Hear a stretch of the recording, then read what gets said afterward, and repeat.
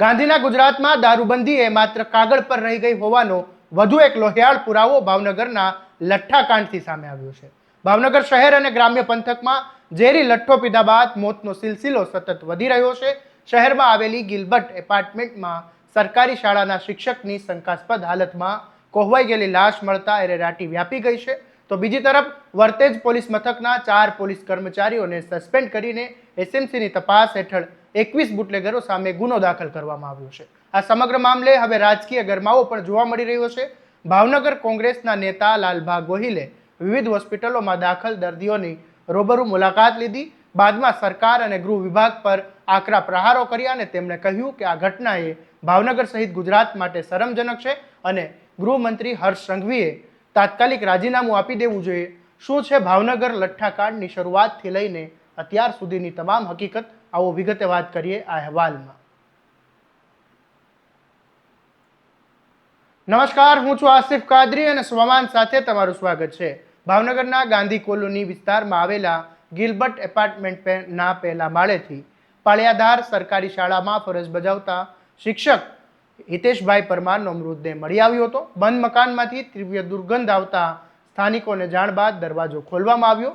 ત્યારબાદ લાશ કોહવાયેલી હાલતમાં પડી હતી અને રસોડામાંથી દારૂની અડધી બોટલ પણ મળી આવી હતી। પોલીસ અને એફએસએલની ટીમે મૃતદેહને પોસ્ટમોર્ટમ માટે ખસેડીને લઠ્ઠાના સેવનથી મોત થયું છે કે કેમ તે દિશામાં હવે તપાસ શરૂ કરી છે।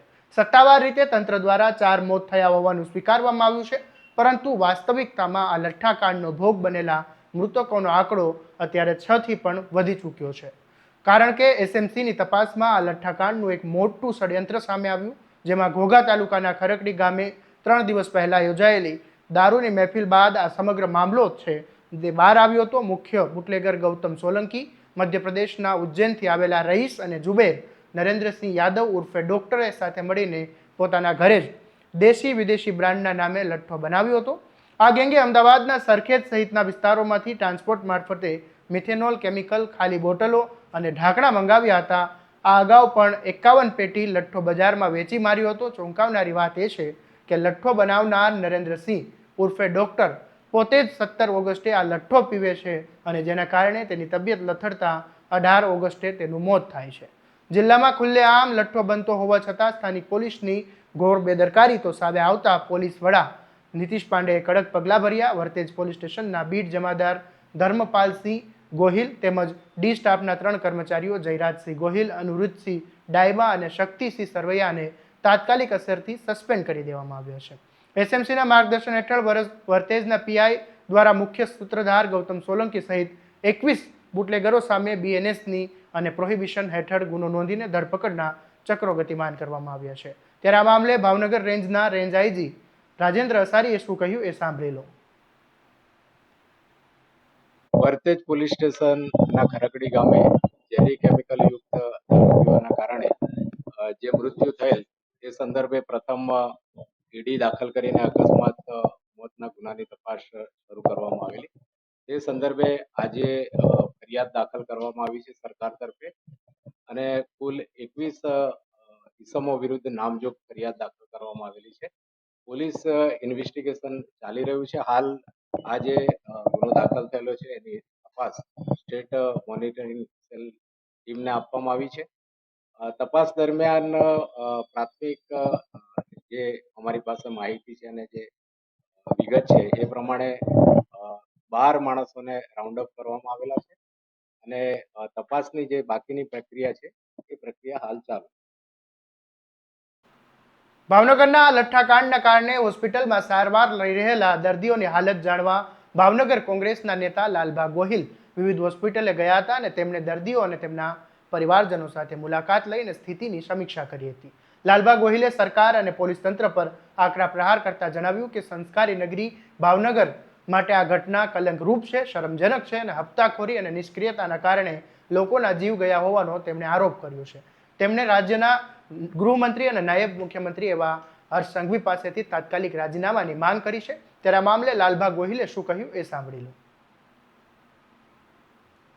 ભાવનગર માટે એક શરમજનક ઘટના કહી શકાય એવી આ ઘટના બની છે। આ રાજ્યના ગૃહમંત્રી કઈ રીતે કાયદાની વાત કરે છે અને કાયદામાં રહેશો તો ફાયદામાં રહેશો। હવે તો આ કાયદાની વાત છે અને ફાયદાની વાત છે તો આમાં શેનો ફાયદો? પાંચ લોકોના અત્યારે મૃત્યુના સમાચાર આવે છે કે જે આ દારૂના જે લઠ્ઠાકાંડ થયો છે, જે ડુપ્લિકેટ દારૂ અને લઠ્ઠાકાંડની વાત છે, એ ક્યાંથી આવ્યો અને શું કામ આવ્યો? એ તમારી રાજ્યના ગૃહમંત્રી તરીકેની તમારી ફેલર બતાવે છે. કોઈના દીકરાએ પોતાના પિતા ગુમાવ્યા છે, કોઈના માએ કોઈ પોતાનો દીકરો ગુમાવ્યો છે અને કોઈ બહેનોએ સ્ત્રીઓએ પોતાનો ઘરવાળો ગુમાવ્યો છે. તો આના માટે માત્ર ને માત્ર જવાબદાર કોઈ હોય તો રાજ્યના ગૃહમંત્રી શ્રી જવાબદાર છે. મારી અત્યારના આપના માધ્યમથી એટલી જ માંગણી છે કે આવા બનાવો કેમ બને છે અને ભાવનગરને શું કામ આવી રીતે ટાર્ગેટ કરવામાં આવે છે?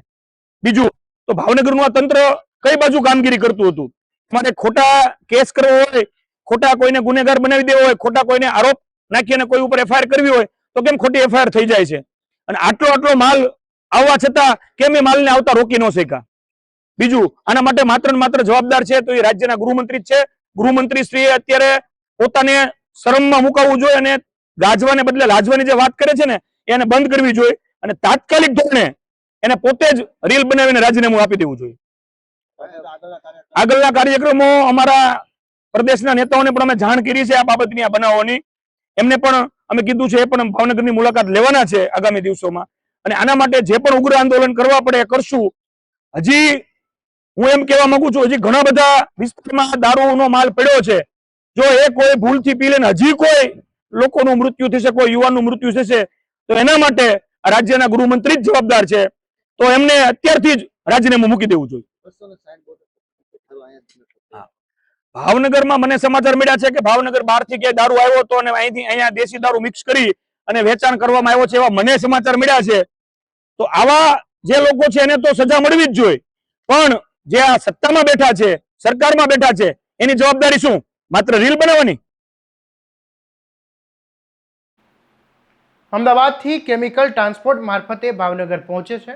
ઘરમાં જ ઝેરી લઠ્ઠાની ફેક્ટરી ચાલે છે અને નિર્દોષ લોકોના જીવ જાય પછી જ તંત્ર જાગે. આ વહીવટી તંત્રની સૌથી મોટી નિષ્ફળતા છે. માત્ર 4 નાના પોલીસ કર્મચારીઓને સસ્પેન્ડ કરી દેવાથી 21 બુટલેગરો પર કાગળ પર ગુનો નોંધી દેવાથી આ ઝેરી સિન્ડિકેટ ખતમ નહીં થઈ જાય. જનતા પૂછી રહી છે કે આ કેમિકલ માફિયાઓને રાજકીય વહીવટ આશીર્વાદ આપનારા આ મોટા માથાઓ સામે ક્યારે પગલાં લેવાશે? આ મામલે તમારું શું કહેવું છે અમને કોમેન્ટ બોક્સમાં જરૂરથી જણાવજો. તમારા સ્વમાનની વાત કરતા સ્વમાનથી સબસ્ક્રાઇબ કરી દેજો અને આ વિડીયોને શેર કરવાનું ભૂલતા નહીં. નમસ્કાર.